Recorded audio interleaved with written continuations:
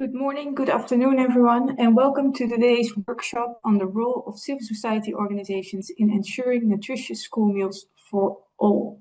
We will begin with a series of short presentations that will highlight the need for school meal nutrition guidelines and standards. Then a second presentation on how school meal nutrition guidelines and standards can support children's right to food, and a presentation on the process for developing these guidelines. After that, we will move into a collaborative session where we will co-create a list of recommendations on the roles of CSOs in this process. And we will brainstorm practical ways to support the uptake of these recommendations. Now, without further ado, let's kick off with a brief welcoming remarks from Mrs. Nancy Alberto, the Deputy Director of the Food and Nutrition Division. Nancy, the floor is yours. You have 4 minutes. Thank you, Erica. And by seeing everyone's introductions, I think I need to say not only good afternoon, but also good morning and good evening to some of you, colleagues and friends. Thank you for joining us. It's really a pleasure for me to be here, and especially have the honor of providing opening remarks on behalf of the 4 co-hosting organizations, FAO WFP, the Global Child Nutrition Foundation, and World Vision International. And those last 2 represent civil society organizations of the School Meals Coalition. And I'm really so pleased to be able to co-host this event with them, and also to see so many of you representatives from civil society organizations from across the world, and also our other partners, because we're united in this common goal to ensure that every child has access to nutritious and enjoyable meals at school. Because as you all know better than I do, every day, more than 400 million children and adolescents consume meals in school. And this makes school meals programs the largest social safety net in the world. And in many vulnerable contexts, school meals are not only important, they are absolutely vital, making up a significant share of children's daily diets. It's therefore absolutely imperative that school meals are aligned with children's nutrition and diet priorities, and that they reflect the possibilities of a school food system. Now, around the world, many countries have already established nutrition criteria to guide school meal planning, and this is fantastic, something we really applaud. Yet, some challenges still remain, even in those instances that we can elevate as being a good step forward. We sometimes see challenges related to the criteria for defining or implementing these school nutrition guidelines. And sometimes there are challenges about whether they truly meet a significant portion of the needs of those most vulnerable students we do not want to leave behind.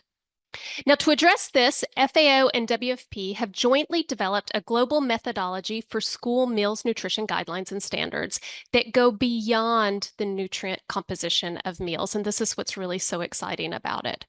The methodology also integrates equity, environmental sustainability, food learning considerations, and the social value of mealtimes. Importantly, the process calls for embedding the voices of children and families themselves, ensuring that these standards are relevant, that they're respective, and that they can be upheld by the whole school community because of this co-creation.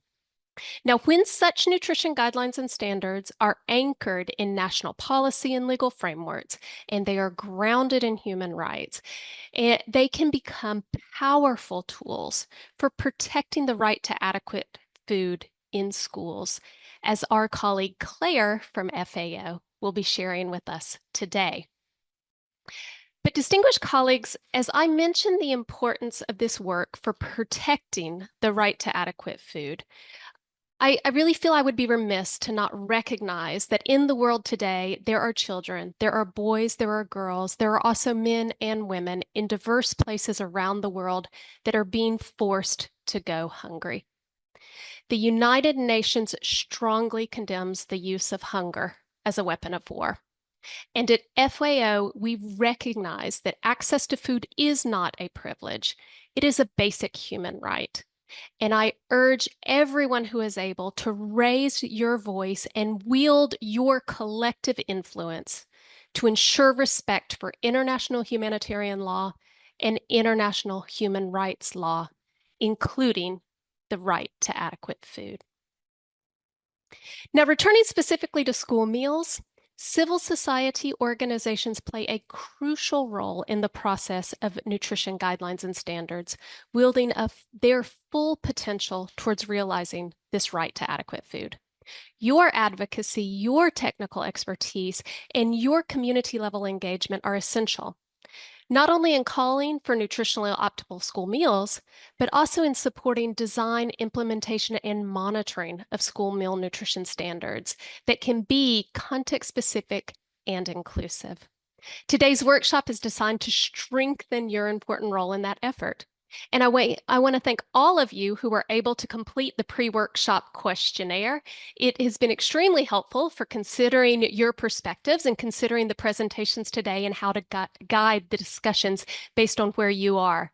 We really look forward to the rich exchanges that I'm sure will come, and we will collaboratively learn together to create some concrete outcomes that can help us all advance the shared mission of ensuring nutritionally optimal school meals for every child. Thank you once again for joining us. And with that, let's get our workshop started. Back to you, Erica. Thank you, Nancy, for those inspiring, welcoming remarks. We're off to a great start. Now, it's my pleasure to invite Mrs. Fatima Hashem, Senior Nutrition Officer and Team Leader of the Nutrition Education and Consumer Awareness Group of FAO's Food and Nutrition Division, to give us an overview of what we mean by school meal nutrition guidelines and standards. Fatima, the floor is yours, and you have 8 minutes. Thank you very much, Erica. Good morning, good afternoon, good evening to all of you. After what Nancy has said, it's very difficult to take the floor, but I'll try to go slowly into our technical work. So let me share my screen. So can you see my screen? Yes, no? Yes, we can see your screen. But maybe you can also start the presenter mode. Yes, okay, thank you very much, I will. My presentation is going to be short, and it's about school meal nutrition guidelines and standards. What are they? And the best way of starting is really by going into a series of questions. Sorry, Fatima, we're seeing your presenter mode. Could you flip the screens? Yeah. Sorry. I don't know why. Okay. It's let me stop sharing and then share again. Okay, so here is my share. And can you see it now? Is it still the same? We see it, just not on the first slide. Now okay. You can. Yeah, okay. We're good. Okay. So actually, we are already on the second slide because we want to show the participants the questions we have for them. So Chai, if you can help me with putting the first poll up. Okay, here it is. So we have a number of questions and we want you to answer them. Are they, can you see the questions? Okay, so let's start by, I don't see any answers coming yet. Okay, I can see some now. All right. Okay, more answers are coming. Yes, please try harder. Okay.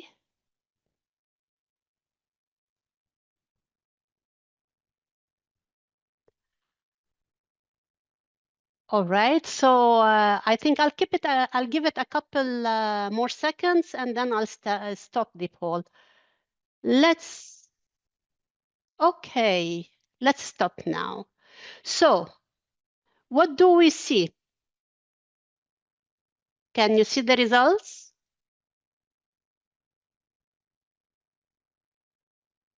Yeah? Okay, so for the first question, which of the following statements do you agree with? And as long as school meals are made from locally grown fresh foods, they are nutritionally adequate.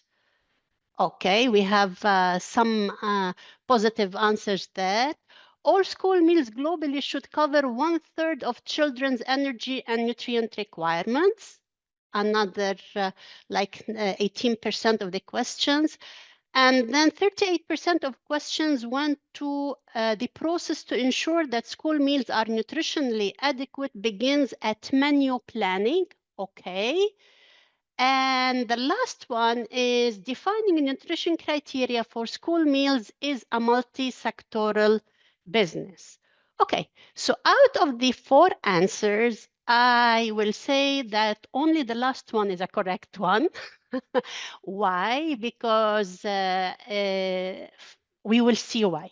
So I will not come into the to the answers yet, but the first 3 don't really meet the what nutrition. I mean, what's the definition of a nutritious school meal should be, or how it should be developed. So let's see what can what the what the nutrition guidelines standards are. So I'm going to slide 3, and this is the definition that we are adopting in FAO. And it's not only in FAO, it's what represents the nutrition guidelines and standards everywhere. And these are a set of rules and principles and recommendations that are based on sound nutrition science and also the national and local situation. So we have the science that will inform us, we have the local context that will inform us, but we will also need to understand what the children themselves, what their diet needs are, what the school food systems capabilities and possibilities are, in order to design the school meals that are improved from a nutritional point of view so that they meet the requirements of the children and they can be applied in the school setting. So there are bases there are scientific bases for this process, but once these are developed, taking into account all the elements I've just mentioned, then we can move into menu development. So they are not menus by themselves. There is a step that precedes menus, and this is where the dietary guidelines are sitting. So it's the step before, but it's a process, and this needs to be informed by science, by knowledge of the local context, by knowledge of the diets of children, by knowledge of this school system capabilities before we can develop them. So having said that, I'm going to show you a number of examples. I mean, these are from different countries. The issue here is they are very different from one country to another. So in some countries, they are very simple, and they can refer to some foods. In some other countries, they're very nutrient-based. In some countries, they are voluntary. In others, they are mandatory. So it's not the same everywhere.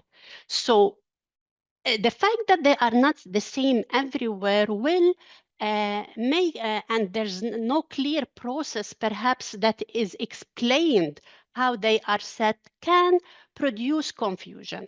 So lately, actually, in this weekend, I came through a situation where a nutritionist in one of the countries where I happened to have worked before was criticizing the nutritional adequacy of the school meal.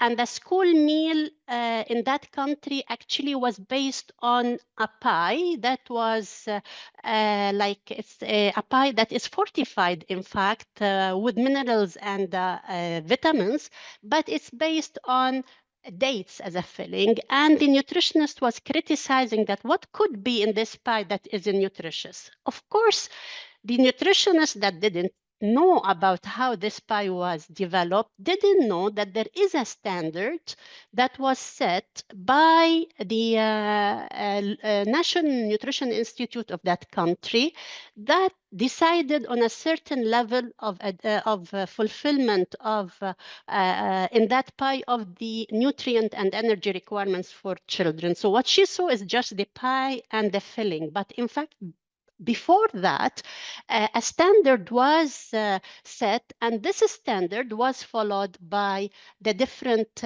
producing units all around the country. But the problem is because most of these standards are not made public, or they're not shared in any scientific fora or public publication, they stay in the drawers, and unless you have been close to the process, you don't know that they have existed. So what we are seeing here are examples, but behind these examples, we don't know if there has been a process for setting standards and guidelines that informed what we see. But what we could see is just the tip of the iceberg, and behind that there's a lot of work, or perhaps not. We don't know. So why are we saying that the nutrition guidelines and standards for school meals are important and are needed? Because in fact, while we were preparing for the work that we undertook together with WFP, we had conducted a survey in 33 low and middle income countries about the school meals and about their programs. And we found, while reviewing what they do, and we're reviewing the evidence, we found that there is mixed evidence on the effect of the school meals programs on children's diet and nutrition outcomes. So it's not straightforward that these programs are influencing positively, let's say, children's diets and nutrition outcomes. We also saw that there's a lot of variation in the composition of school meals, and this could explain some of the variability in the outcomes. But also from research and from reviewing the evidence, we see that when the nutrition standards and the guidelines for school meals are robust and of high quality scientifically, and they meet or correspond to children's needs, they do have a positive impact on children's diet quality. So the evidence is there from different sources to show us that this is important. And of course, we conclude, and the literature is supporting this conclusion, that blanket standards for school meals are not appropriate for all contexts, are not appropriate for all ages. Knowing the needs of the school children and the context where the school food system, the school system, and the community is important. And I will finish there by the second poll. And can you see the questions? It's a very simple one. Actually, I'm asking you if you know about whether your country has national nutrition guidelines and standards for the school meals. And some 83% for 84% of you so far say yes. The no is 26%. The no is increasing. I mean, you can be as frank as you want. This is not going to be communicated anywhere. But yes, there is a good percentage among you that don't know if your countries have national nutrition guidelines and standards. So I will stop the poll here, and around 30% among you, they say they don't know whether their countries have nutrition guidelines and standards. So I'll stop sharing here, and to make your life easier, FAO in this joint program with WFP has been working on setting up a global hub. It's the School Food Global Hub, and you can find it at this link. I'll try to connect to it. And this hub has quite a lot of I'll stop sharing and I'll share the, I don't know, I lost the hub.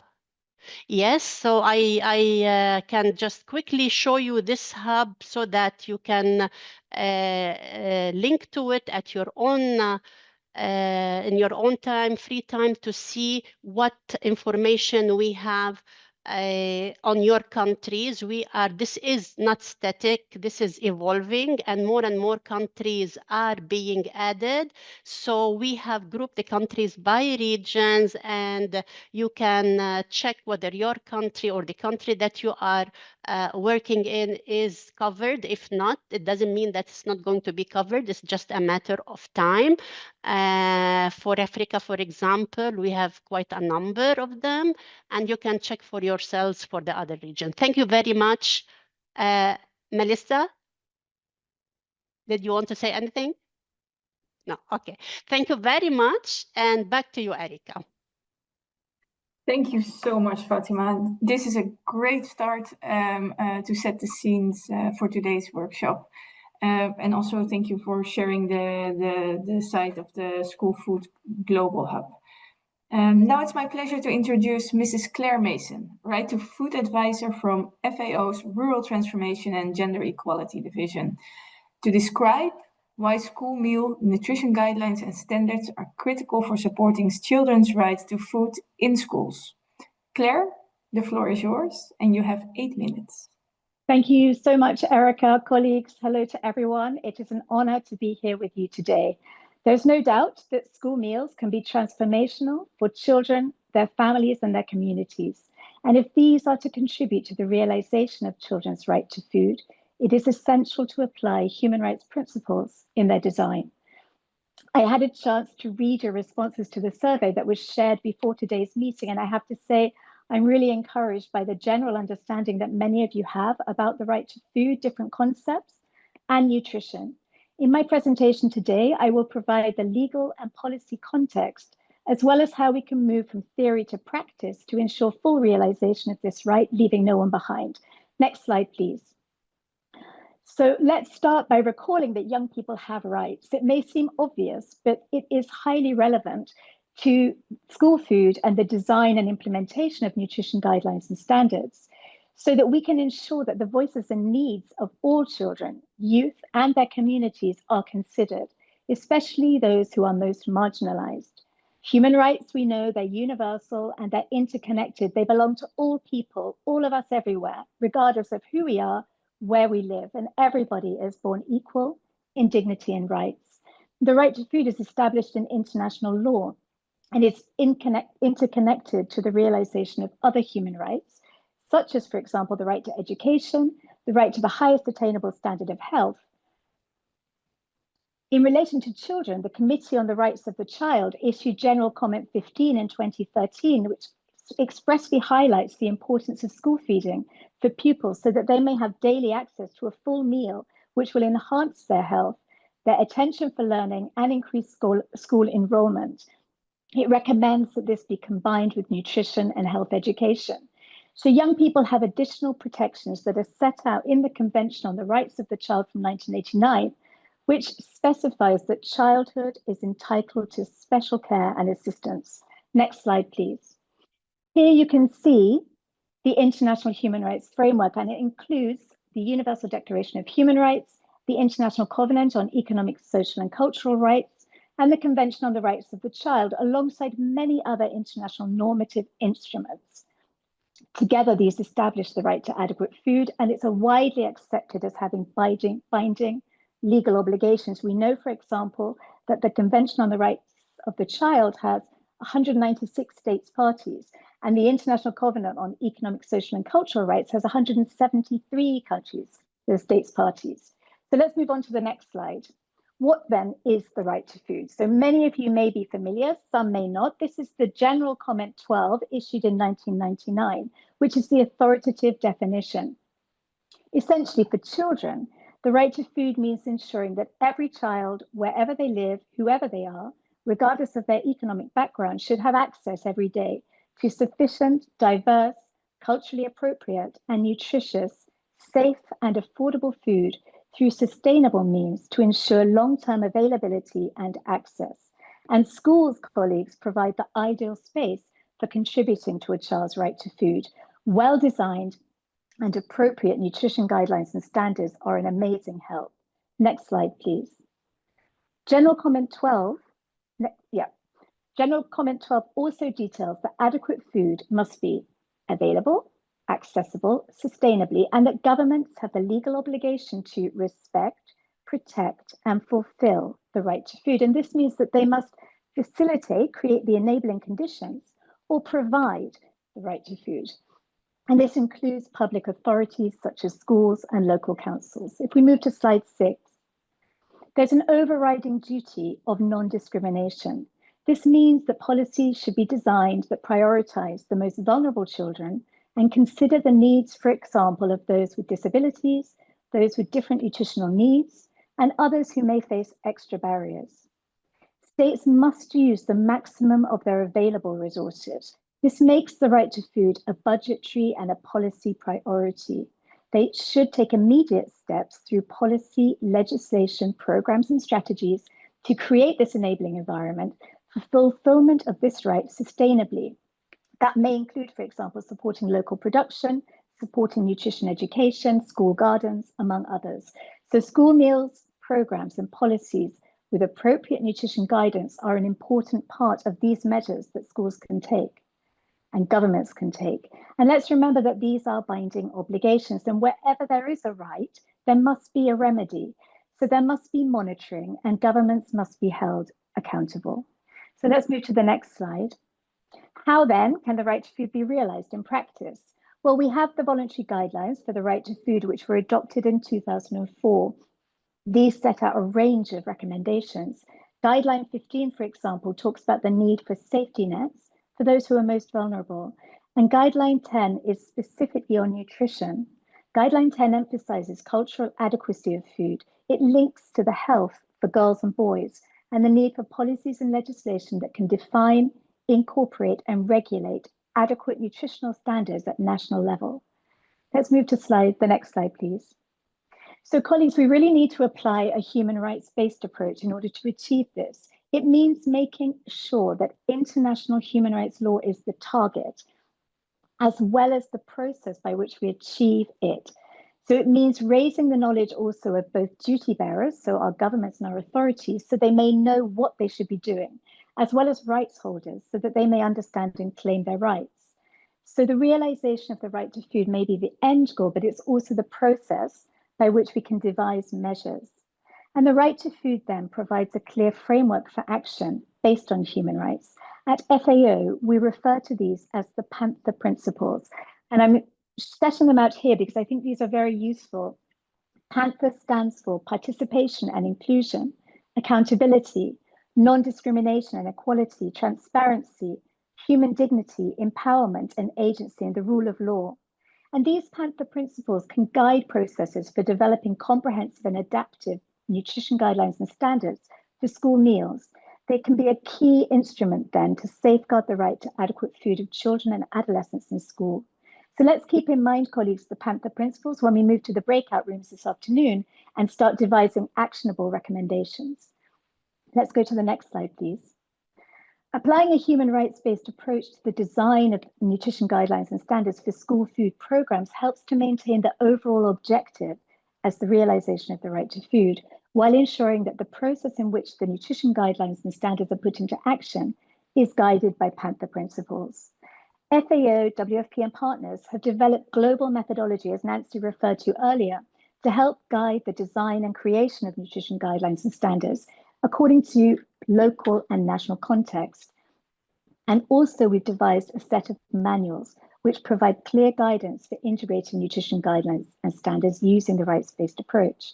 These manuals examine food and nutrition education, the food environment, procurement, and policy and legal frameworks. And this manual on policy and legal framework looks particularly at the assessment phase, the implementation phase, and the monitoring phase, with the aim to integrate nutrition guidelines and standards as a tool which will contribute to children's right to adequate food.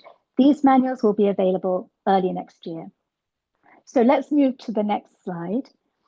Let's remember, colleagues, that good food at school should be adequate, available, accessible, and sustainable for all children. We have the international legal framework and we have the policy tools.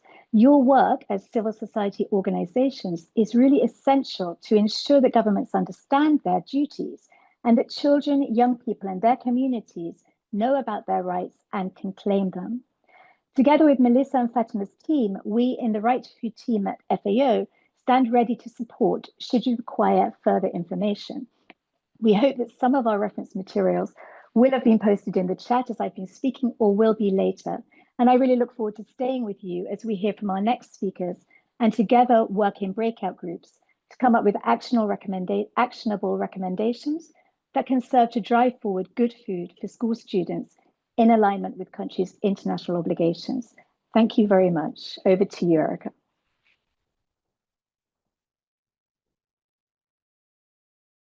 Thank you, Claire.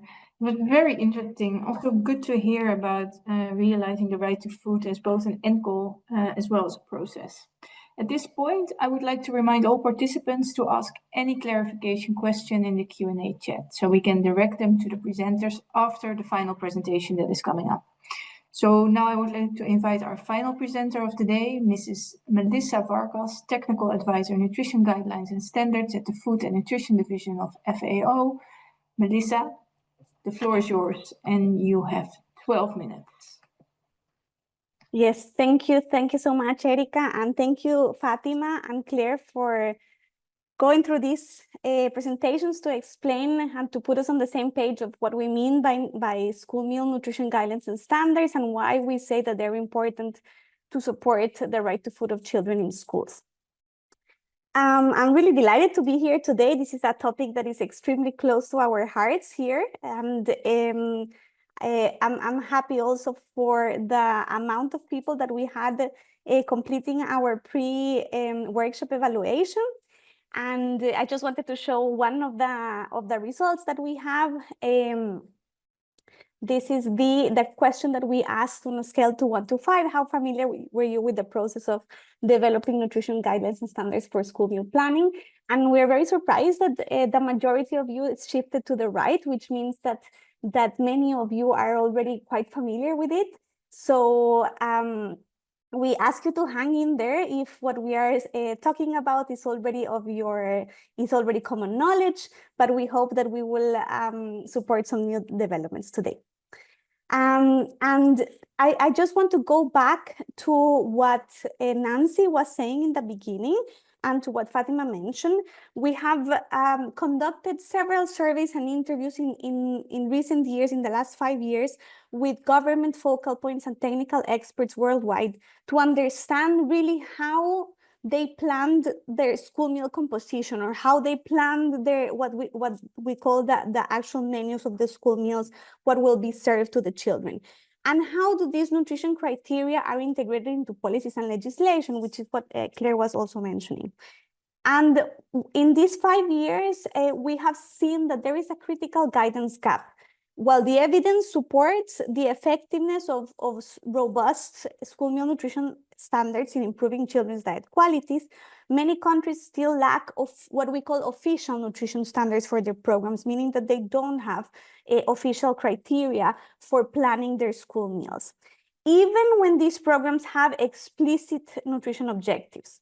In some cases, nutrient targets have been established to guide meal planning, but these criteria remain unofficial, or they're not embedded in policy, as Fatima was mentioning, or even regulatory frameworks.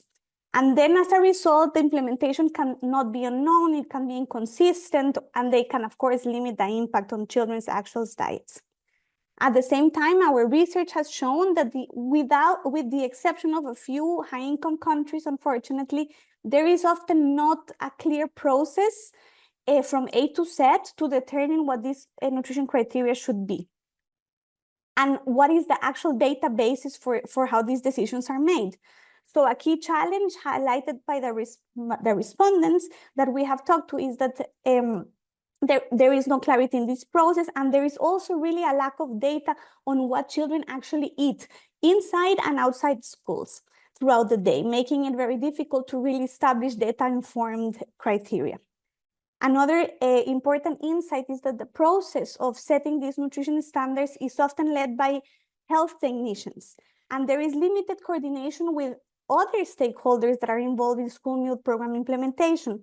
And then as a result, these standards may not be very feasible or align with the practical realities of what the supply system can produce, what the food procurement can allow, and then also preparation and the distribution capacities in the actual schools. So with this presentation, what I aim to do is to go through this methodology that FAO and WFP have developed to respond to these guidance gaps. And so Fatima already described what is the term, what we mean by the term nutrition guidelines and standards for school meals. But now I'm going to sort of characterize what we mean by holistic nutrition guidelines and standards for school meals. And this is more about what does the evidence and institutional experience say are the characteristics of these standards and guidelines that are better related to the actual impact on children's diet quality. Because of course we all aim for school meals to be nutritious, but it has to be adapted from context to context. What nutritious means in one context or nutritionally adequate may change to the next one depending on children's needs. So when we were starting to outline the methodology and how it would look like, we needed to make sure that we provided guidance to ensure that when the countries follow this process, the resulting nutrition guidelines and standards were, of course, evidence-based, aligned with existing global dietary guidelines for school children and adolescents, as well as if a country has national dietary guidelines, directly respond to the dietary gaps of the children in the specific country, region, or sub-region, because there is a lot of widespread differences from one region to the other. And then accounting for the groups with the highest vulnerability, as Claire was mentioning, applying one of the Panther principles, taking account of the children's total diets, which means that we're not just looking at the meal that is provided at school, but we're looking at the whole diet, including the composition of the foods that can compete with school meals that are available in schools and, of course, at home. We know that the nutrition guidelines and standards have to be child-centered, which means it takes into account factors that influence children's acceptability and enjoyment of school meals. Many times this is left behind, the actual enjoyment and taste of school meals, which are often overlooked. Be inclusive, another of the principles that Claire mentioned, developed through a multi-stakeholder approach, incorporating public consultations and feedback from the children themselves. Be feasible, grounded in realities of the local food system, as Fatima mentioned, ensuring that the recommended standards are practical and achievable, even if that means starting with a less, let's say, less perfect standards and then increasing over time. Be actionable, supported by a clear implementation and monitoring plan to ensure long-term impact. We cannot just develop the standards and leave them there and see how they are implemented. And then be policy aligned, which means design with a clear entry point for integration into national policy and legal frameworks, as Claire was mentioning in this manual, as well as integrate environmental sustainability considerations in areas where this is feasible. So this is, in a nutshell, the process that we embed in this global methodology that I have been referring to. And I'm not going to go through the whole thing, otherwise we will be here until tomorrow, but I do want to highlight a few key points. There are 7 phases that we are proposing in this process. And the first one is establishing the institutional setup. So it means that the process begins by ensuring that the necessary governance structures, roles, and responsibilities are in place. So we want to make sure that this is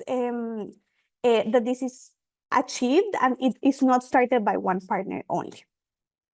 Then we recommend to conduct a targeted situational review.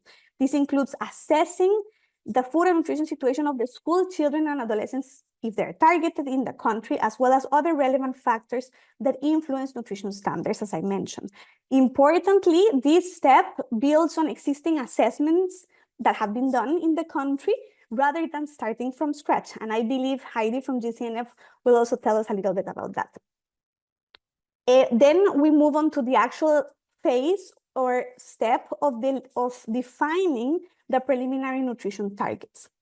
Initial decisions are made on energy, key nutrients, and food group targets, considering also environmental sustainability when this is an objective, as well as the recommendations for the mealtime experience, what I was mentioning about enjoyment, taste, socialization of children. Then these are reviewed and refined based on feasibility recommendations using a variety of approaches. Using feasibility, I mean by cost, by food supply limitations, by aspects of the supply chain, by budget, by capacities. This step also defines minimum recommendations for children with specific dietary needs, such as those with food allergies or other dietary restrictions. We move on to phase 4, where we are including recommendations to translate these nutrition targets into meal plans. So it means that we provide guidance on how to translate these targets into practical meal and menu cycles, considering available resources, capacity constraints.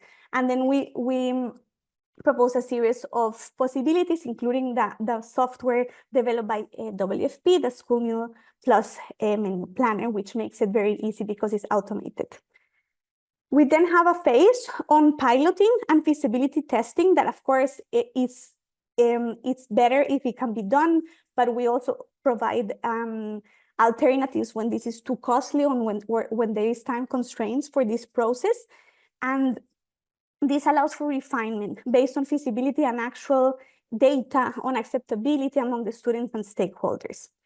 And then we recommend developing a strong implementation, monitoring, and evaluation plan that is integrated in the plan of the actual school meal program, if one exists, because sometimes the nutrition guidelines and standards are developed when a program has already been ongoing for many years, and many times they're developed as the first phase of program design. And then we are ensuring with this step that the standards are effectively integrated, continuously assessed, and refined over time. This methodology has been tested in Ghana and Cambodia, and we're currently doing the final revisions, and we hope it's ready for the beginning of 2026. Claire already talked about the accompanying manuals. I will not talk about that. And now I would like to go on the main topic of today's workshop, which is the actual and potential roles of civil society organizations in the process that I just mentioned.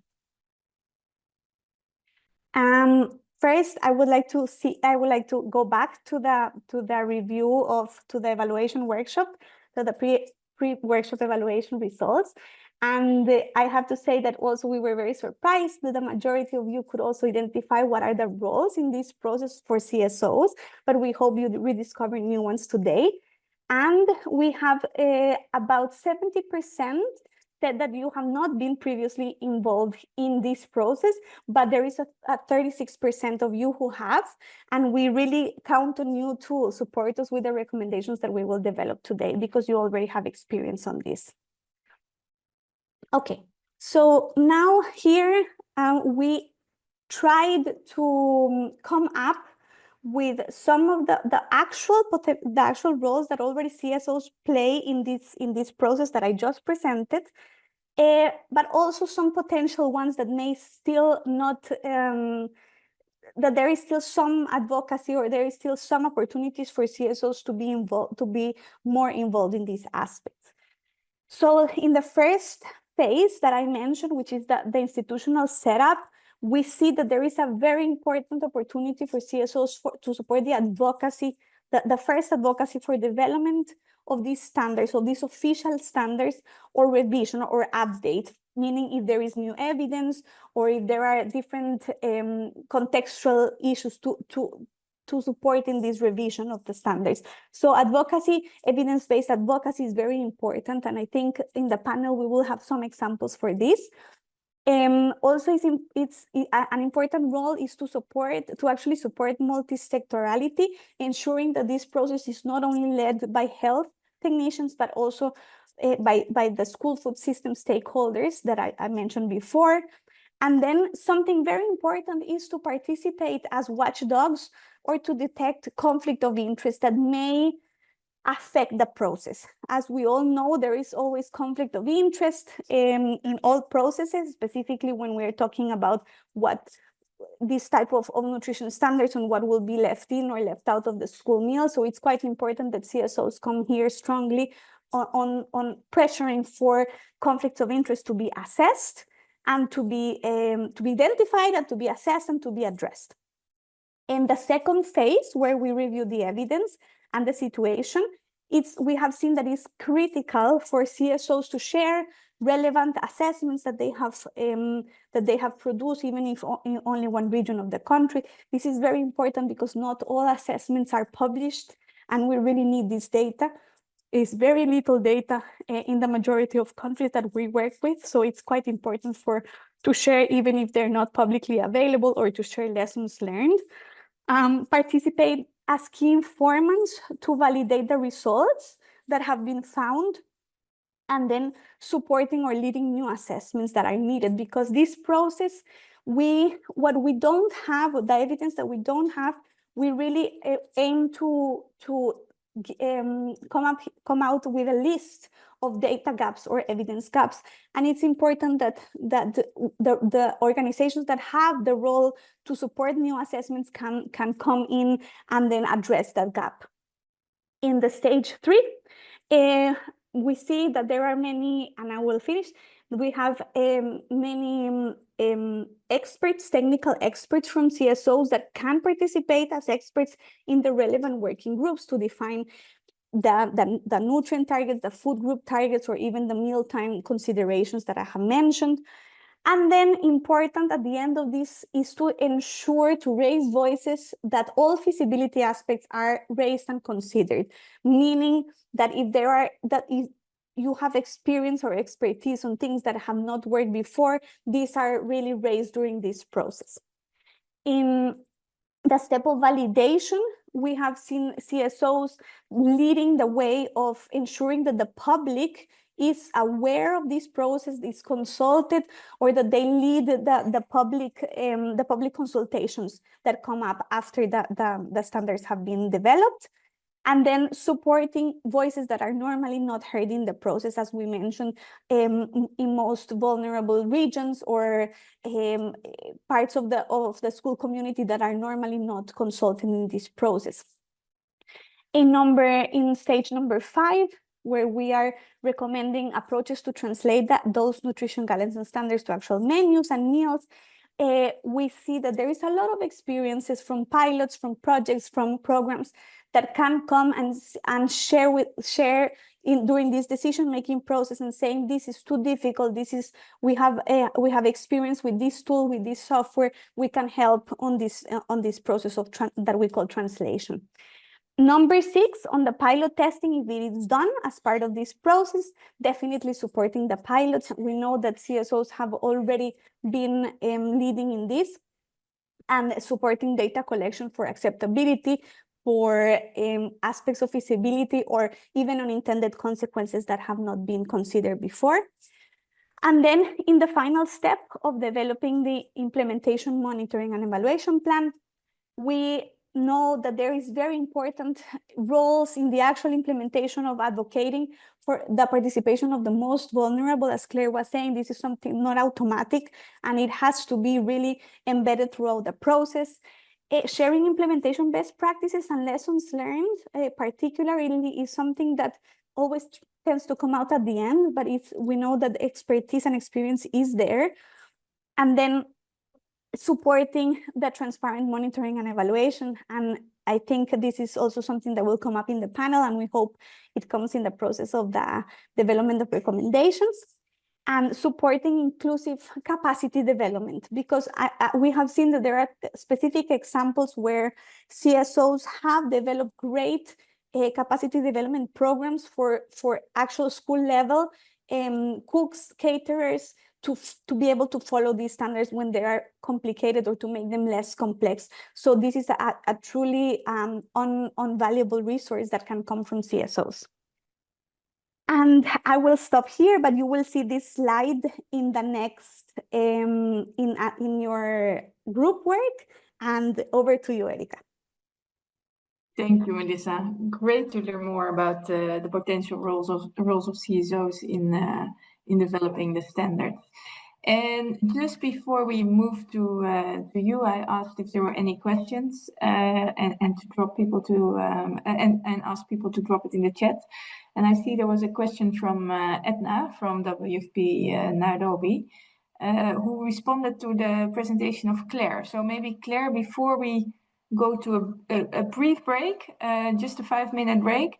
Maybe you, what Edna wrote in the chat is that she really liked your presentation, and that she writes that currently many governments in the South have committed to expanding their school meals programs, but are constrained by fiscal space. So she wonders, how can we help these governments to make school meals adequate, accessible, and available? Thank Could you take that? Yeah, of course. Thank you so much for the question. You're absolutely right. It's not easy. And of course, we recognize that governments have limitations on their budgets. But one of the things that can really help is to, A, bring in multi-sector areas within government so that you bring together different departments. You might bring in Ministry of Agriculture, Ministry of Health, Ministry of Education, Ministry of Justice even, Ministry of Women, all of these different areas, so that when you're discussing these budgetary demands, we're able to really share out what the responsibilities of the government are and how best to adjudicate or to balance the budget in order to meet those. And another thing I would really highlight is the constant need to continue to build capacity. So to ensure that we're always speaking to our policymakers, to our decision makers, to our civil society organizations, we're trying to find forums whereby we can exchange information. And finally, I would recommend looking, for example, at the Global Hub, which Fatima and Melissa have shared, being able to look at other countries' examples and perhaps finding spaces where you can share and learn from other countries' experiences and also share your own experiences. So I know that it's very difficult to make things perfect, but we do the best we can. And thank you for the question. Over. Okay, thank you, Claire. And I was wondering, Peter, you're only up after the break, but maybe Peter, Senior Program Officer at WFP, you would like to respond to this question as well? Peter Holtzberg. Hi, thanks. Could you please repeat the question? Edna mentioned that school meals in the South are really, the governments are committing, but a fiscal space is lacking to actually roll out school meals programs. And now I'm translating it in my own language. But her question was, how do we help these governments to make school meals adequate, accessible, and available? I mean, there's thanks for that question, Edna, and good to see you again virtually. There's a number of forums and structures that we do have available. One thing to remember is we're all working under, unfortunately, shrinking fiscal space in these and other areas. So it's vitally important that we are able to work together as much as possible. What that means in practice is that, like WP and FAO and other partners, we are actively working with key ministries in each country. And it will look different in different countries, depending on how they are structured, to really try to leverage the specific expertise that we all have available to support those national programs. We also have the School Meals Coalition, that is a government-led and government-owned process where a number of resources are available to governments. For example, the Sustainable Financing Initiative that focuses specifically on this issue of increasing the fiscal space and supporting governments in this area, as well as the Research Consortium, who focuses on some of the more analytical aspects that go into monitoring, that go into the proper menu creation for that specific context. So it's really important that we're able to work together as much as possible, taking into account our various strengths that we have in each of these countries, and crucially adapt them to the government to the government needs and the government programs. I'll stop there because I know that we're running a little bit over time, but there's a lot more to be said.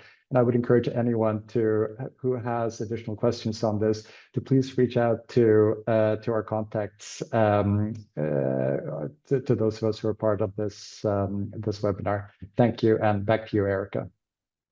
Thank you, Peter, for stepping in. A final remark from Fatima on this question. Thank you, Erica. Actually, in addition to what Peter has explained, there's also the school meals sprint under the Global Alliance Against Hunger and Poverty that was launched last year by President Lula of Brazil.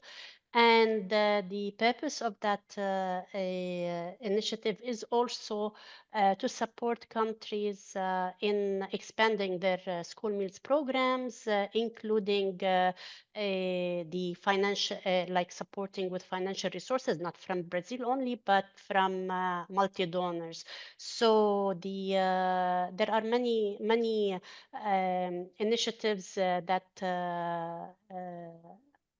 are actually aiming to support countries in increasing their fiscal space, because we all know that this is one of the very important bottlenecks for increasing the impact of school meals programs. So stay tuned, and if you are in touch with your governments or the entity in your government that is responsible for the school meals programs, you will learn more about what is available in terms of resources.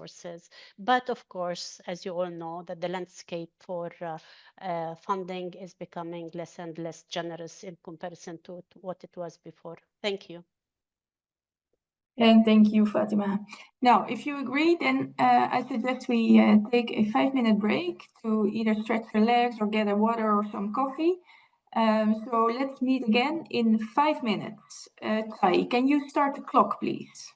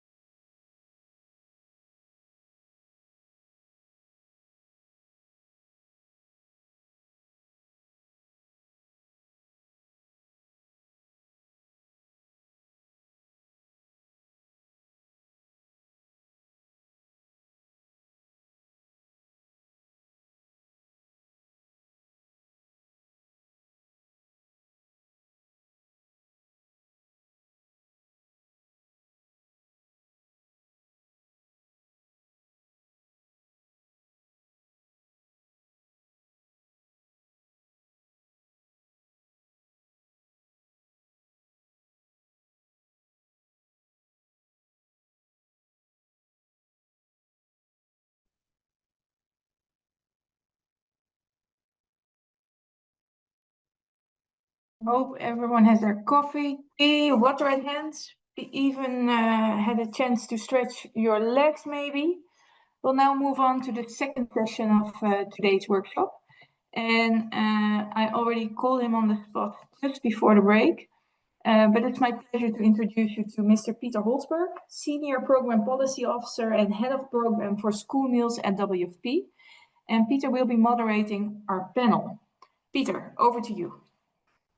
Super. Thank you so much, Erica. And thanks to all the participants, all the presenters, and all the discussions that have already taken place on this important topic.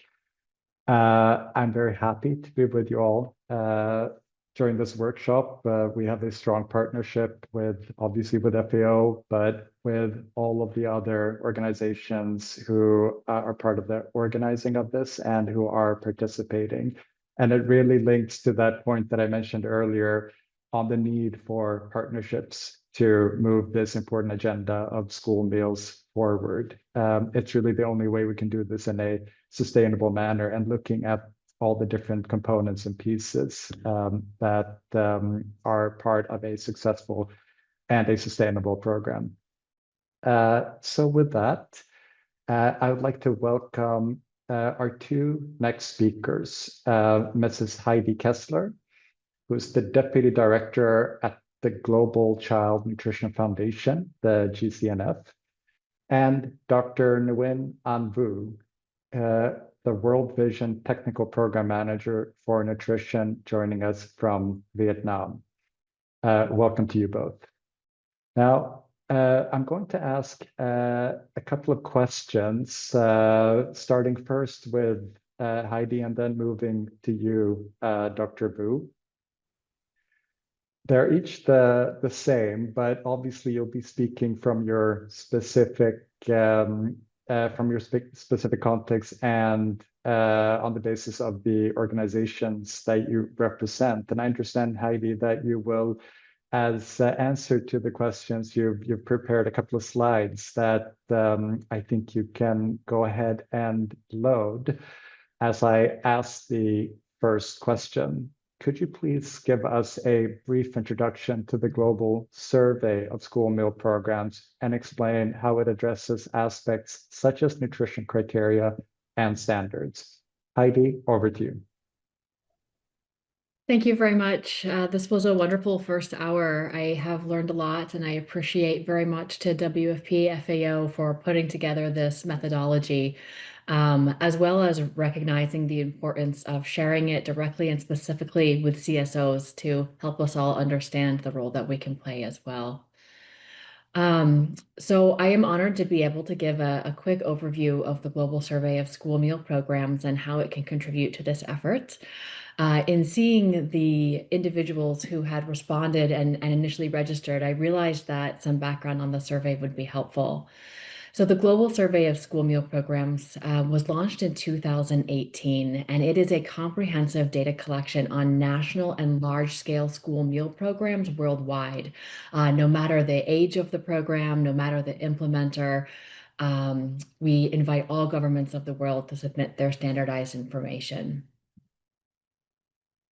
So currently, we have collected the standardized information from 167 governments, and it's designed to enable evidence-based decision-making and global comparisons on everything from the legal framework of the school meal program operating in the country to the food basket, to the budget, and all these other topics that you see listed here.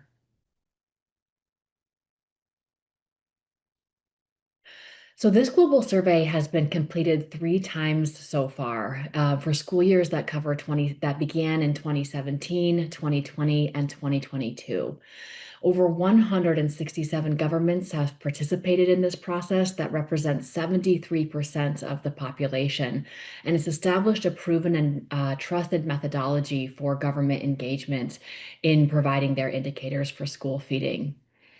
The data is integrated into reputable databases, and as with our monitoring that we're talking about of the nutrition standards over time, the data quality deepens over time, and repeated participation in monitoring and global survey yields more nuanced and longitudinal insights.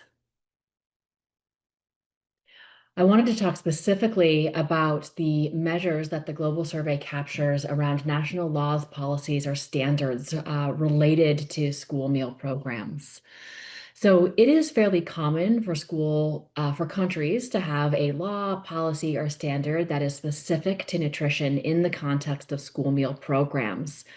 And while this is the case for 71% of countries overall, the variable has a strong association with income level, extending from 57%, as you can see, in low-income countries up to 81% in high-income countries.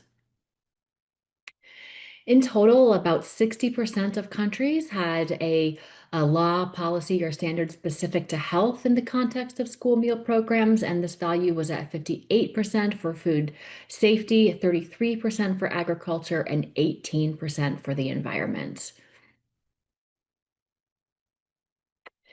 The global survey has a number of outputs, and I will share a little bit about those in the near future.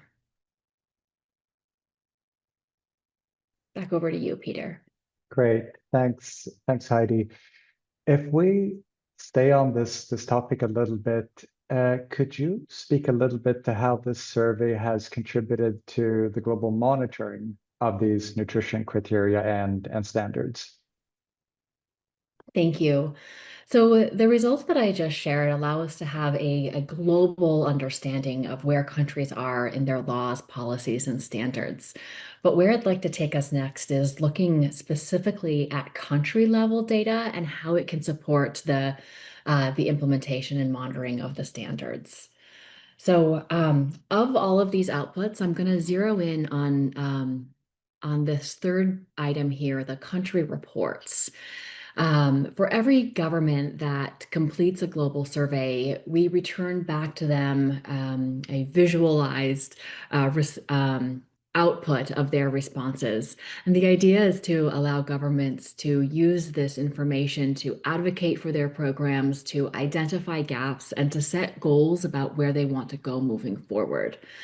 So my real goal here is to make sure that the CSO organizations participating on this call and interested in supporting governments in their nutrition guidelines and standards have this as one set of baseline information that helps you understand where a country might be and where they might be able to go.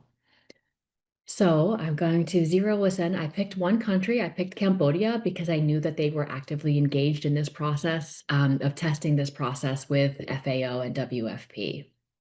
And I want to go over some of the information that you can find on these country reports. So to begin, you can see that we highlight coverage. So we provide 2 different ways of looking at the coverage indicator. The donut on the bottom is looking at the denominator, including only enrolled primary students. And these are the percentage of the percentage of enrolled primary students receiving school meals. The donut on top provides a bit of a larger context, and it shows you how many of the total primary and secondary school-aged children in the country are receiving school. And it also includes whether they're enrolled in school or not enrolled at all. On the next slide, you can see for this country, specifically their responses to the national laws, policies, and standards related to the national school feeding policy, a nutrition law or policy that relates to school nutrition, health, food safety, smallholder farms, agriculture, climate, and private sector involvement.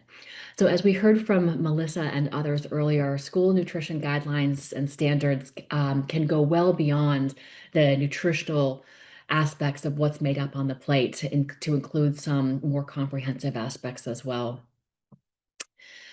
The last three check items that the country has an intersectoral coordination committee, line item in the national budget, and a national system for monitoring and framework. These we use as three indicators of sustainability or durability of the school feeding program. One of particular focus and interest for this conversation is whether a country indicates that they have a national system in place already for monitoring certain aspects of school feeding. The food basket is requested from each government to provide. And so here we have from a standard set, these are closely but not perfectly aligned with the Global Diet Quality Score. It also indicates where the food is purchased from, as well as any prohibited items, which can give us can give us a hint towards what might already be in a nutrition and guideline standard or what might need to be in a nutrition and guideline standard. There's specific information collected on the nutritional aspects of school feeding on the global survey, from biofortified foods, fortified foods, to whether there's an objective to to reduce obesity or address obesity. Importantly, we capture information on are there limitations on food and beverage marketing on school grounds or specifically to school-aged children. Important components of addressing the school food environment. Next up, it was mentioned that some components of environmental sustainability might be relevant to be included in the nutrition guidelines and standards. This can help CSOs understand what a country might already be doing to address this environmental sustainability, from are they already targeting climate-friendly foods in their menu, or is that something that's not yet on the radar screen, and what steps are being taken to limit food waste or packaging waste. So the information that I've shared so far has been overall about the school feeding programs in a particular country. Within a country, as many of you know, there can be multiple school feeding programs operating. And so there's also profiles on each of the school feeding programs operating in a country. This first one in Cambodia is sharing the program that is implemented by the ministry as well as the World Food Program. And I just have it here to give a snapshot of the additional data that is available to CSOs, that as you approach governments, as you work with governments, to know already the information that they're sharing, that they're putting out there, indicating what they're already doing, what their intentionality is, and where they'd like to go. What I'd like to do is just click through quickly to country reports, and I think so that I can show you the web page. So that you can access this information yourself. So I'm going to stop sharing this one and share a different window. So on the GCNF webpage, this is where you can find, under country reports, the information of all the countries who have submitted data over time. So there's a drop down, and you can see the data that was collected in 2024, 2021, and 2019, all available here. You can click through different countries. I might highlight Somalia. I saw a representative of Somalia joining us. Really pleased to have you here. If you open up their country profile, you'll see the sections that I just went through here specifically for Somalia. So my primary goal is to make sure that CSOs working in this space have a good understanding of some of the data and resources that are available to you as you begin to reach out with countries to have these types of discussions. I'll pass it back over to you, Peter. Great. Thank you so much, Heidi. Really interesting to see the Cambodia example. It's really a successful model for how WP, if we look at our own organization, has been working with school meals, but importantly, that transfer over to national ownership and the support to the system approach, which enables the reach to expand and again ensures the sustainability. So that's really a great resource that you showed, not just for Cambodia but for all countries. I wanted to ask you one final question. You actually alluded to it a little bit at the end there about making this information available to organizations and civil society organizations in particular. What is one recommendation that you would like to give CSOs that has contributed to the survey success or through the work that GCNF does overall on school meals? Anything you'd like to leave for them to really think about and take forward? It's hard to narrow it down to just one recommendation, but I do want to highlight that GCNF and World Vision just collaborated to conduct a survey of civil society organizations and their contributions to school meal programs around the world. And one thing that just really became so clear is that CSOs and all of you represented on this call are the quiet engines behind the school meals coalitions and the governments who are making these huge national commitments. And school feeding is truly everyone's business. And one of the most beautiful things that was highlighted is the role of CSOs in connecting the thread from the local community up to the national government. So CSOs have the key role in not only helping governments understand their key roles and responsibilities, but bringing deep local knowledge to the table to ensure that these guidelines are inclusive and reaching the most vulnerable of a country. Thank you. Excellent. Thank you. Really, really powerful words. I know that there might be a couple of questions. We have allocated a few minutes at the end. We're about halfway through the session, so I think we can take a couple of them then, and please also specify to who the question is targeted. But to give that time, I will continue now and hand over to you, Dr. Vu, and ask you to kindly provide us with a brief introduction first of the Enough campaign in Vietnam. Over to you, Dr. Vu. Thank you, Peter. Yeah. The Enough campaign launched by Unvision International in the global since 2024. And now in Vietnam, the Enough campaign is a national advocacy initiative joint launched by Unvision Vietnam and the National Institute of Nutrition under the MOH Ministry of Health. The campaign with the vision of the world where every child enjoy enough nourishing food so they can thrive. And in Vietnam, the Enough campaign have two objectives. The first is to increase public awareness and attract stronger attention from the government agency, business, and media in ending child malnutrition. And the second objective is to accompany the Vietnam government in mobilizing commitment from the community, individual, organization, and the private sector to jointly implement essential nutrition action to end child malnutrition. The campaign priority in Vietnam have four priority. The first is reducing the stunting, underweight, and micronutrient deficiency among children in mountainous area with ethnic minority group.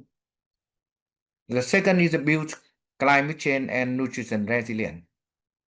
And the third one is promoting school meal as an effective model for improved child nutrition and learning outcome. And the last priority is supporting the government essential nutrition action, including both nutrition specific and nutrition sensitive intervention. Through the Enough campaign, we have built a strong multi-sectoral partnership among government agency, UN partner, CSO, academic, and the private sector. Recently, the UNVision Vietnam plays the role of the chair of the Sun Series Vietnam. That is a great opportunity for UNVision Vietnam in leading on the some initiative, include the ENAP campaign. And the campaign was officially launched national by the Vice Minister of Health and has now become a shared advocacy platform to accelerate progress toward ending child malnutrition in Vietnam. Among these priorities, school meals have become one of our key focus. UNVision Vietnam is a country working both at the national level to advocate for stronger policy and budget allocation for school meal program, and at the community level, where we pilot and scaling up practical, locally adapted model that improve child nutrition and learning outcome. Yeah. Excellent. Thank you. Okay, so that's a great introduction. Can you also speak a little bit to the aspects of this Enough initiative that were most effective in advocating for or promoting the uptake of the existing school meal nutrition criteria in Vietnam? Yeah, thank you, Peter. Yeah, one of the most effective aspects of the ENAP campaign in Vietnam has been its strategic interaction of the evidence-based advocacy with government partnership. From the beginning, the ENAP campaign was designed to align closely with the National Nutrition Strategy and the Essential Nutrition Action of the government of Vietnam. The alignment built trust and open policy dialogue channel with key ministry, particularly the Ministry of Health and the National Institute of Nutrition, our key strategic partner. We have signed MOU with them to co-implement ENAP campaign in the last August. And under the ENAP, UNVision Vietnam and Sun Series also have adopted a bottom-up advocacy approach, generating evidence from the community level intervention and using that evidence to inform and influence national policy decisions. This approach has proven highly effective in promoting the uptake of existing school meal nutrition criteria. And now we are supporting National Institute of Nutrition to piloting the school meal model in mountainous area with ethnic minority group. So this project along the 2 years and started now. And at present, UNVision implements school meal program in 16 districts with the goal of the break the cycle of the malnutrition and ensure healthier growth, school readiness, and brighter future. We are now working on the dietary guidance for school meal as our next action because we have seen success in our preschool positive development health program. And so our next step advocate the government school meal program through the ENAP campaign. A concrete example of this is a school meal project implemented in Hướng Hóa and Đắk Nông district. That is a central in Vietnam. In this mountainous area, where 27% of the children were underweight and over 33% of stunted, UNVision pilot an integrated school meal intervention using the positive evidence health model. Through the 20-day school day health session, malnourished children receive the nutritious meal alongside caregiver nutrition education and micronutrient supplementation, multivitamin. Yeah.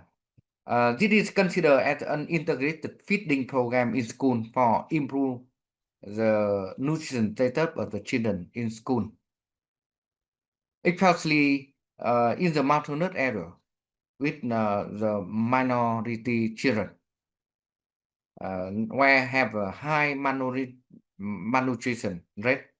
The project rehabilitated the 742 children, improved diet diversity, and strengthened household food security through the kitchen garden also.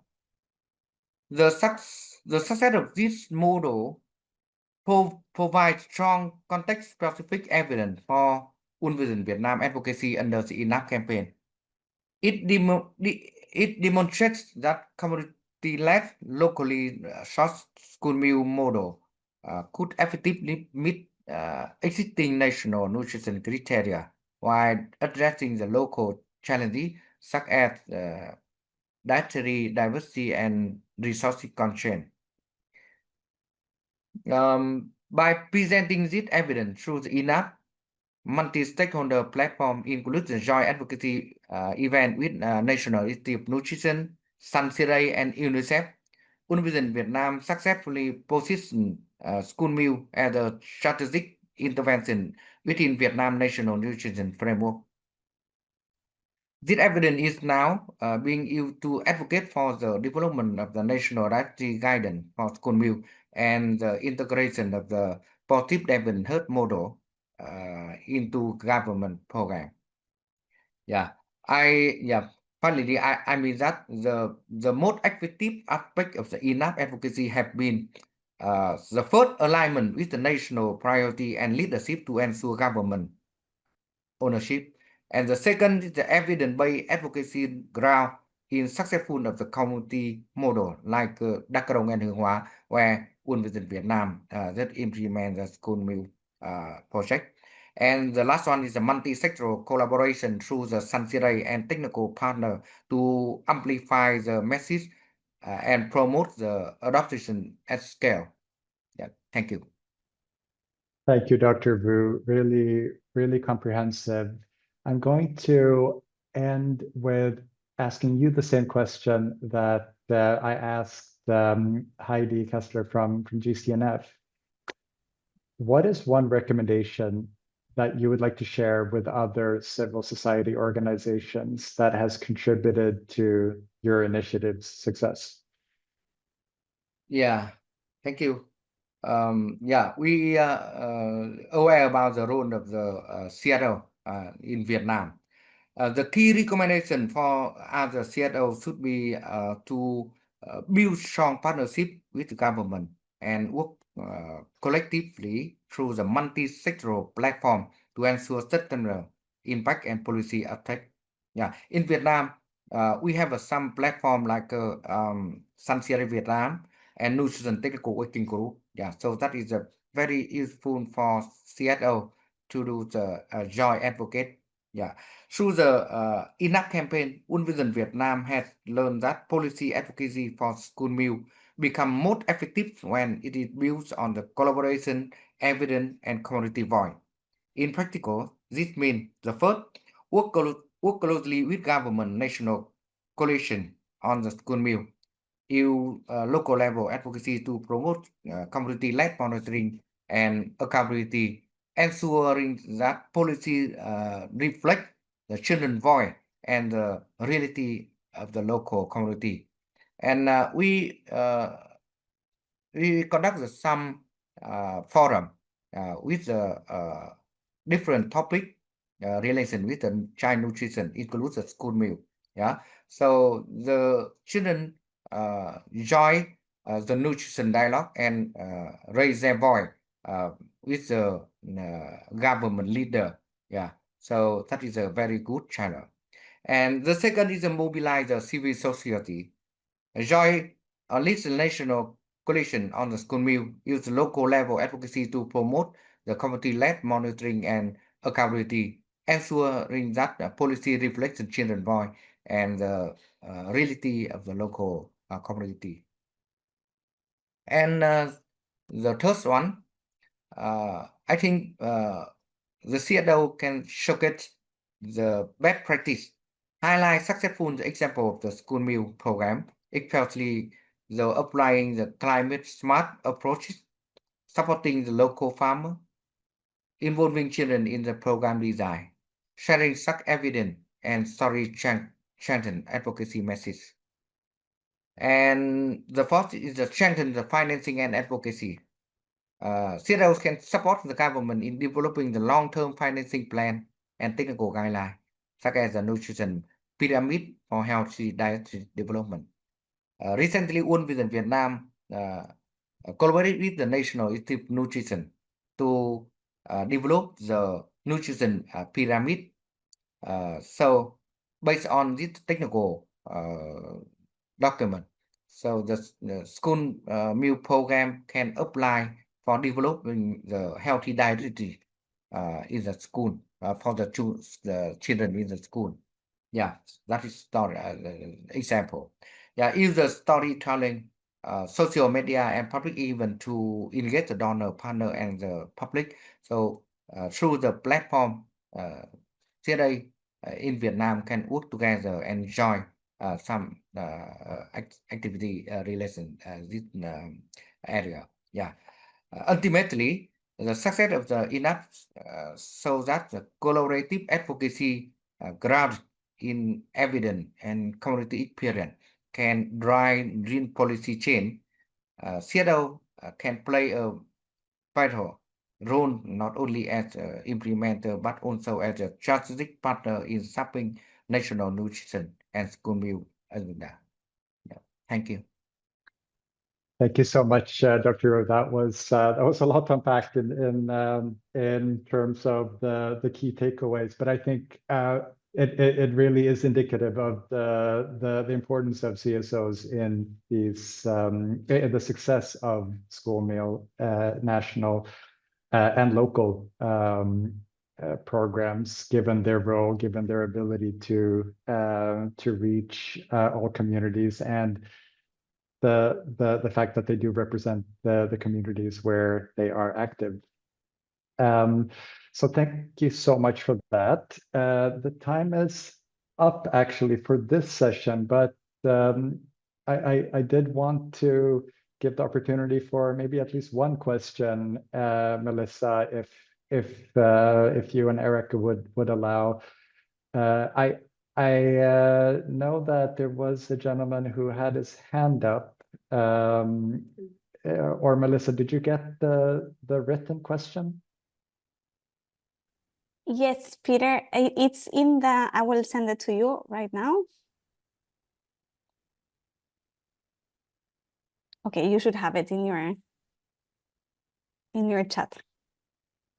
Okay, so it links, the question links again to the budget cuts and really that financial and fiscal space, and what the CSOs and indeed governments should do or can do to try to mitigate this situation that I think is now a global issue. I wanted to see if one of the panelists would like to give their thoughts on that question. The question again relates to what can CSOs do to mitigate the impact of the financial situation that is affecting most programs globally. Anyone wants to come in? Heidi, I see you unmuted yourself. Thanks. It's a tough question and such a difficult environment that we're all working in with these significant changes. The first thing I want us all to remember is that governments are already the #1 investor in school meal programs around the world. So the global survey data shows that again, the majority of funding for school meal programs comes from governments themselves. The second thing we see in the data is that share is growing. And so we're on the right track. Governments are already recognizing the importance of school meal programs. They're recognizing it as multi-sectoral programs, and they're recognizing it as an investment in their future. So the actions of the School Meals Coalition, the participation in the global survey of school meal programs, the activation of campaigns like the Enough campaign, all of these initiatives are are bringing to light and sharing the voice of the impact of school meal programs. Another piece I want to highlight is that the research and data is showing the resiliency of school meal programs in times of emergencies. And so we need to, I'm going to say kind of three buzzwords, but they're very genuine in that we need to continue the advocacy that's been described here and represented by many of those on the screen. We need to continue the research that's happening on the ground of value for money and being led by the Research Consortium, the Sustainable Finance Initiative. And finally, we need to continue to help governments innovate and to think differently and to think outside of the box. And that is one of the biggest strengths that CSOs already bring to the table. I hope that helps. Thank you. Thank you for that, Heidi. Very informative, very clear. I wanted to finally, before we close and hand back to Erica, give Dr. Wu, do you have anything you wanted to add to what Heidi mentioned on this topic?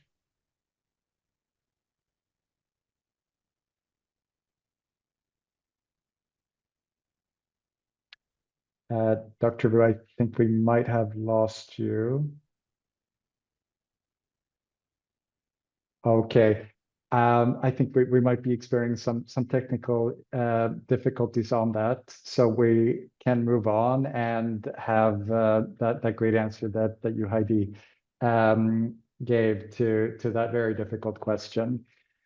With that, let me thank the two panelists again. Thank you, Heidi Getzler, and thank you, Dr. Wu, for joining, for presenting, and for sharing of your time on this important topic. Let me hand back to you, Erica, for the next segment.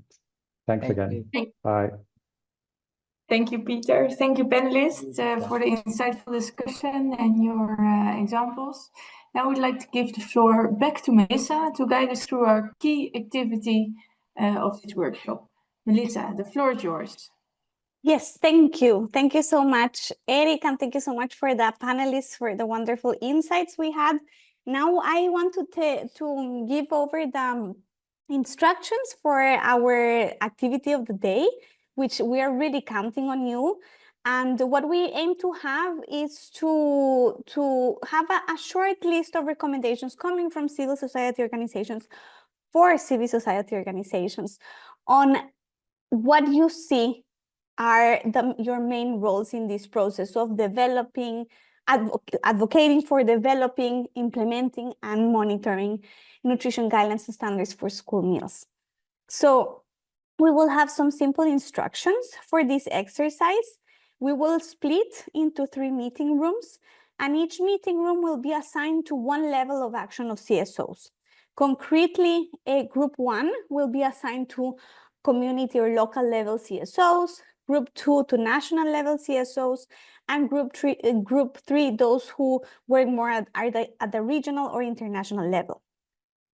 In your group, we would ask you to come up with 3 concrete recommendations for how civil society organizations at your assigned level can best contribute to the roles that we have been discussing in all of these previous sessions and with the insights that the panelists have given us. And let me just share my screen because I realized that it's better for you to see it, and you will also have this content shared in your breakout rooms. We suggest that you can start these 3 recommendations with a strong action verb: advocate, train, monitor, partner, report, mobilize. Specify the how, what would be the tool, the mechanism, or the channel, and then aim for an outcome. And then you have an example here. So we can say at the local level, CSOs should or can do what by doing what in order to achieve what. And we have included an example here. So at the national level, civil society organizations can or should establish a joint monitoring platform by publishing annual school meal scorecards in order to hold governments accountable for their nutrition standards for school meals. And each group will have a facilitator. So group 1 will have Cecilia from WFP, group 2 will have Claire, and group 3 will have Fatima. and they will be able to help you guide the activity and to address any questions that you may have. And please make sure that you select a rapporteur, either your facilitators or somebody from the group that would like to report back on the results of the activities. We have about 25 to 30 minutes to do this, and then we will report back in plenary.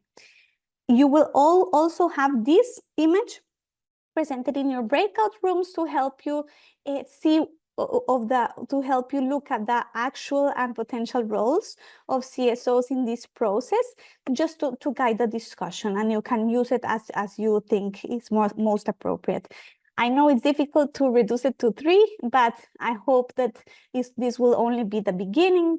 It's not going to be a finalized document that we will go today, but it's going to be the beginning process for us to have, let's say, a decalogue of recommendations on how CSOs can support these processes at different levels. Now, Chai, I think I will give over to you for us to include us in the breakout rooms.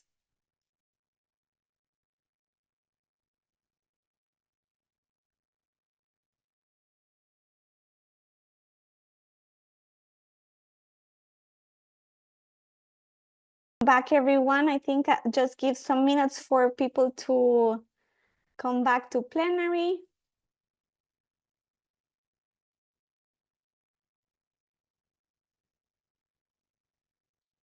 Okay, here we go.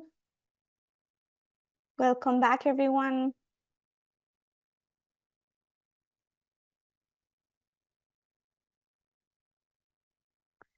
Welcome back. Thank you so much. I'm just seeing the numbers still, just giving it one more minute.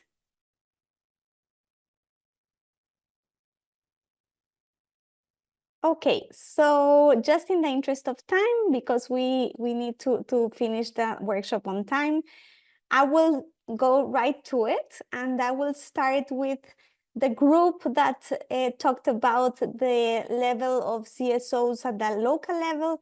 Cecilia, I think the rapporteur is you, if I'm not mistaken. No? Thank you, Melissa. No, actually, we found a rapporteur from the group, so that at least we have a representation really from someone from a CSO. So thank you so much, Esther. Feel free to come in. Thank you. Thank you, Cecilia, and thank you, Melissa. I hope you can all hear me. My name is Esther Nyakuri. I am from the Republic of Kenya. I run a CSO in rural Kenya in Mount Kenya region. And as a group, we discussed that at the local level, CSOs should support the governments in order to pilot the NGSs in order to test their feasibility and acceptability at small scale levels.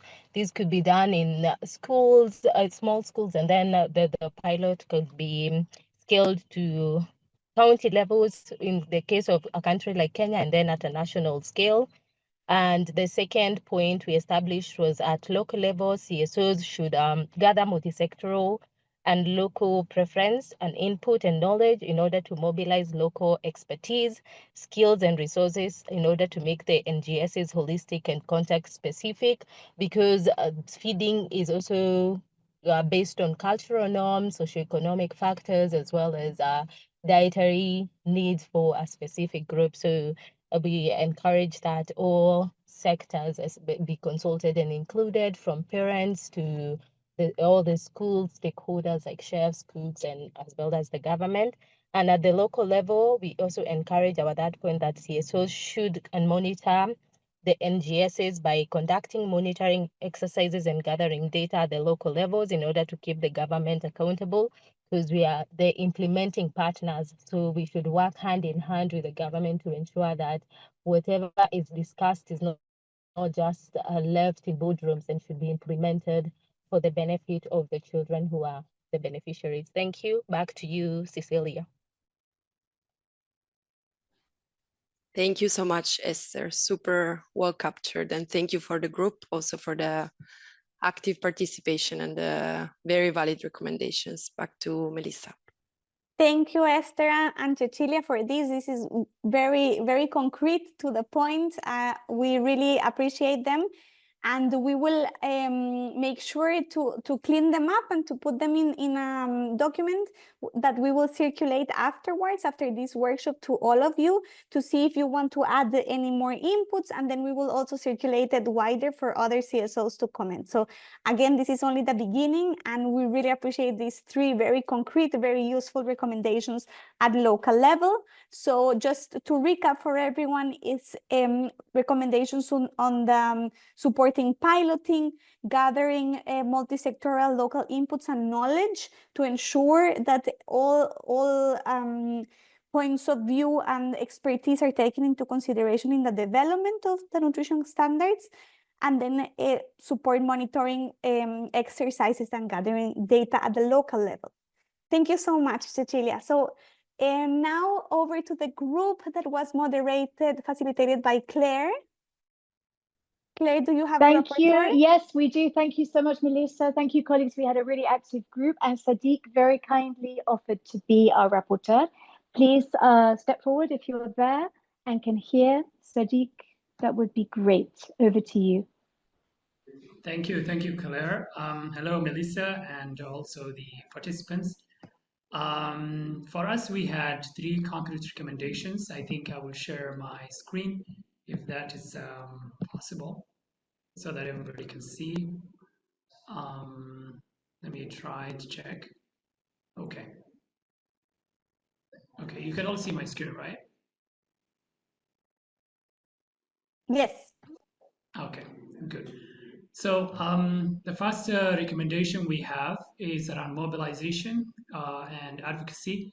So our members agreed that at the national level, CSOs can mobilize different community voices, ensuring these are inclusive spaces, and also put these forward with the nutrition and school meals programs in multi-stakeholder forums, national and local committees for school food.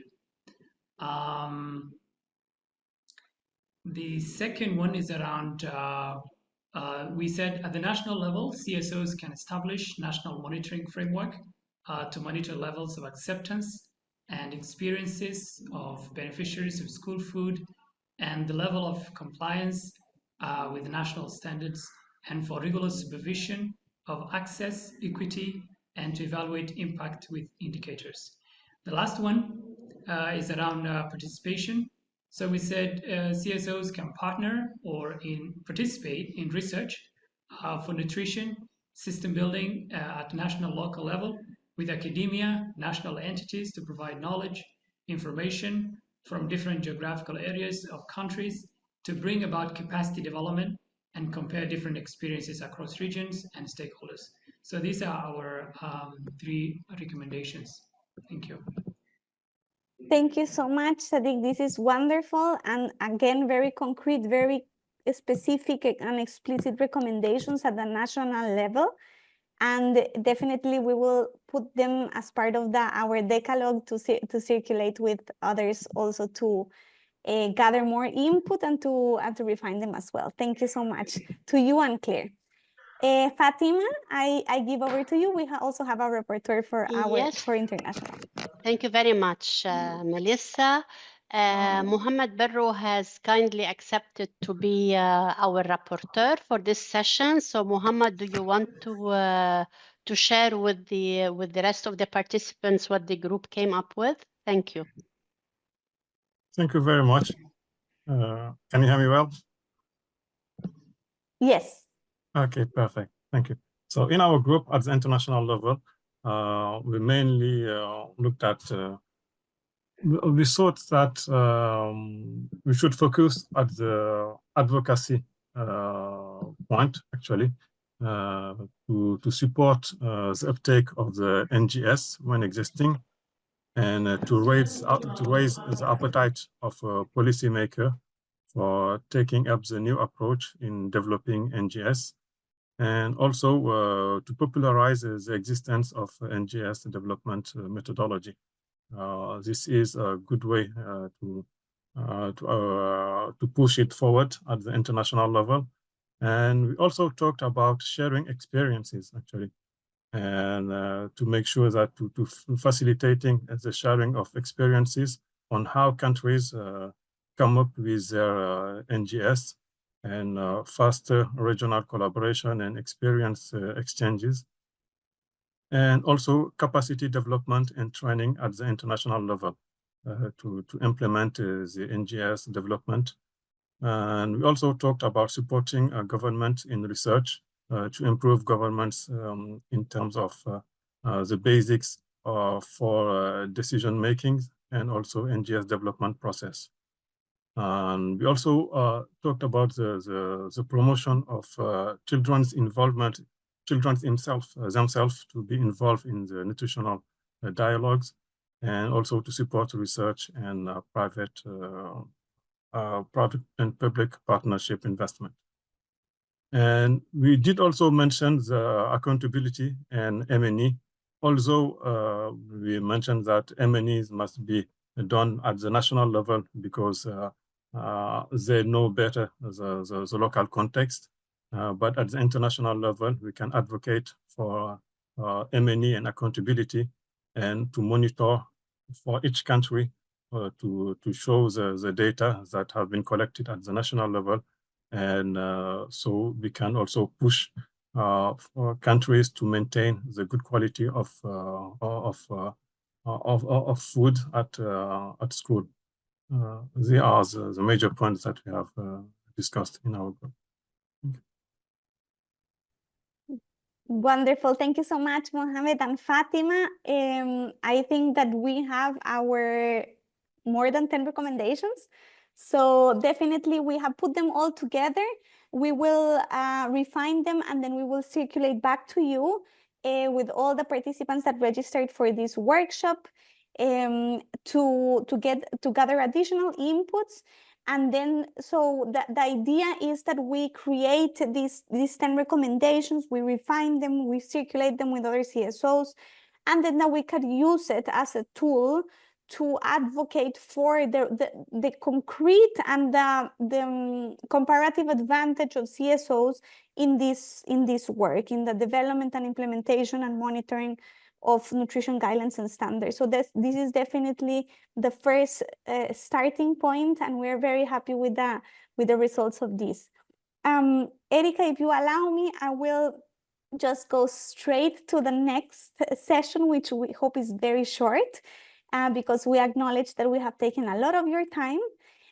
So we just wanted to basically open the floor here, and also please feel free to raise your hand or to put it in the chat.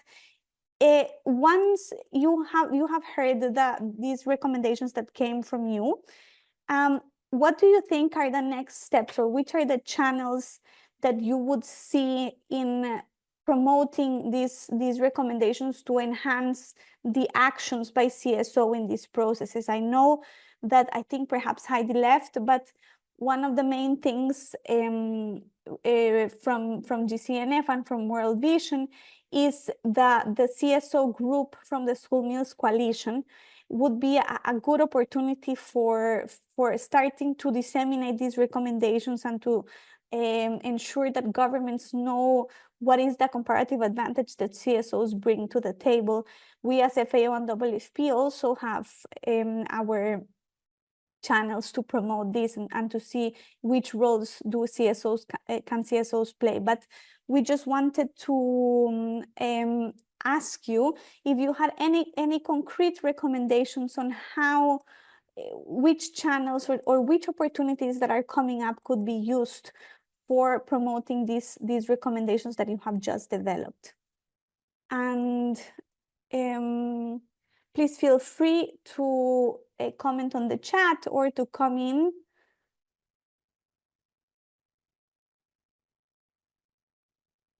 And definitely, yes, we will circulate the recording of the whole workshop at the end of this.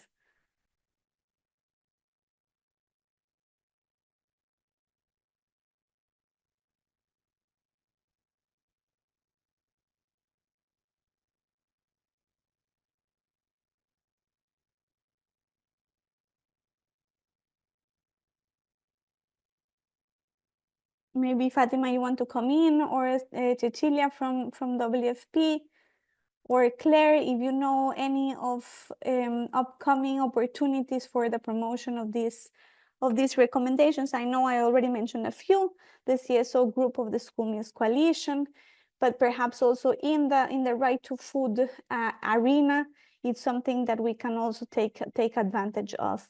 I don't know, Claire, if you have any ideas to share with us. Thank you so much, Melissa, for sure.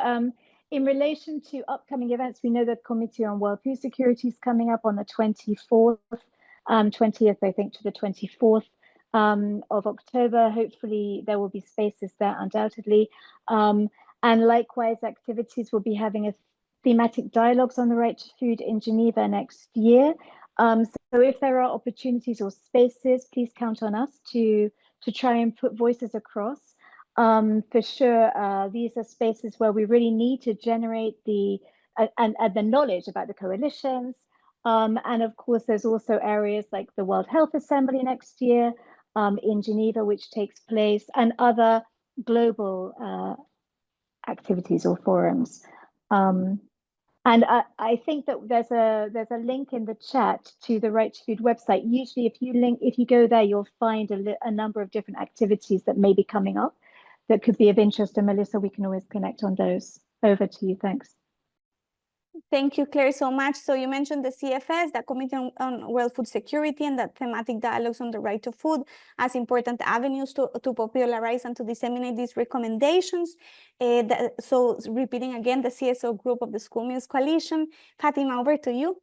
Yeah, I think I will add to what Claire has just said. There would be a side event in the CFS, in the coming CFS on the 22nd of October, on school feeding programs and their value and how they are contributing to many objectives. And there we could be having a great opportunity to promote the importance of having the nutrition guidelines and standards developed, implemented, and monitored to achieve the right to food and also the right to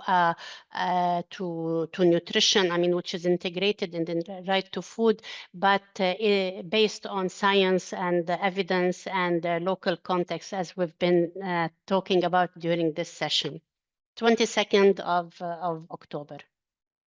Thank you so much, Fatima, for that. This is another avenue, and if there are no more ideas, I would like to end this session by saying that we are going to publish this methodology in the beginning of 2026, and we will disseminate the new methodology with all of you, but we really want to have your support for capacity development and for dissemination and popularization of this process and of this approach. And we look forward to opportunities of collaboration with all of you. And with this, I pass over to Erika. Thank you, Melissa. Super nice to co-create some recommendations together, and also to explore how we could facilitate the uptake of these recommendations. I would now like to invite Mr. Juan Echanove, Senior Project Coordinator Right to Food at FAO, to give us the closing remarks. Juan, the floor is yours. Thank you so much, Erika, and thank you to everyone. I mean, this has been, a few hours discussing this super important topic. So, colleagues and friends, thank you for joining us for the whole session, right? And I guess that as we come to close this discussion, I would like to first thank you also for making time for reflecting on something which is so phenomenally important, right? Because I guess that the voices in this room have reminded us that school food is not simply a service, right? It is a right. And it is a direct expression of the right to adequate food, which is, as you know, and as Claire so eloquently explained, protected in the international law. And it's a very concrete right. And it's also a very powerful entry point, actually, to realize many other rights: the right to health, the right to education, the right to dignified life. I was able to follow much of the discussions, also, the conclusions by the breakout groups, and I'm really very happy to see how concrete these recommendations were, right, based on the feedback by the rapporteurs. And I guess what we have seen through today's exchange is also that civil society organizations are, I would say, that the lifeblood of this transformation, because they make the connection, the civil society organizations, between global principles and these very local realities. So if you want, between rights and results. Because at the end of the day, this is about ensuring that every child, no matter where they are born, can access adequate, nutritious, safe, and culturally appropriate food every day, right? And of course, at FAO, we believe that school food programs are not charity. They are an investment in human rights, in human capital, in social cohesion also. And I think this is something that has been also mentioned today, because they represent the most tangible way a state can make the right to food real for children and for families. And also, as Fatima and Melissa reminded us at the beginning of the session, the diversity in the nutrition school meals standards is in that sense of paramount importance. So throughout today's session, I guess several key messages have emerged. And to me, three key ones could be that first, policy coherence between agriculture, health education is not optional, it's essential for impact. Second is the element of accountability and participation. And the third one is that actually civil society must remain at the center as a watchdog, as a partner, ensuring their commitments are translated into change. So, the right to food and the human rights-based approaches in general really give us not just a moral compass, but a legal compass. They remind us that governments are duty barriers and that children are right holders, as Claire also highlighted in her presentation earlier today. So as we look ahead, let us not see today's event as a conclusion. And it's very good that we are discussing on next steps and we have clear recommendations, because it should be a sort of renewal of our collective commitment to work together across sectors and generations so that right to food becomes a live reality for every child through school meals. Because ensuring the right to food is not only, again, about feeding children, it is about shaping a healthier and a more human world for all, if we can put it that way. So thank you so much to everyone for joining us today. Thank you, Juan, for wrapping us up. And before we officially close, we kindly ask everyone to take a few minutes to complete the post-workshop evaluation. We think your feedback is very important and will help us to improve future sessions. Please also keep an eye on the School Food Global Hub for updates on next steps. We aim to gather additional input on the recommendations we co-created today with civil society organizations around their roles in advocating for and supporting the implementation of school meal nutrition standards. Once refined, these recommendations will be promoted more widely and hopefully through the CSO group of the School Meals Coalition to strengthen collective action in this area. Thank you once again for your active participation and valuable contributions.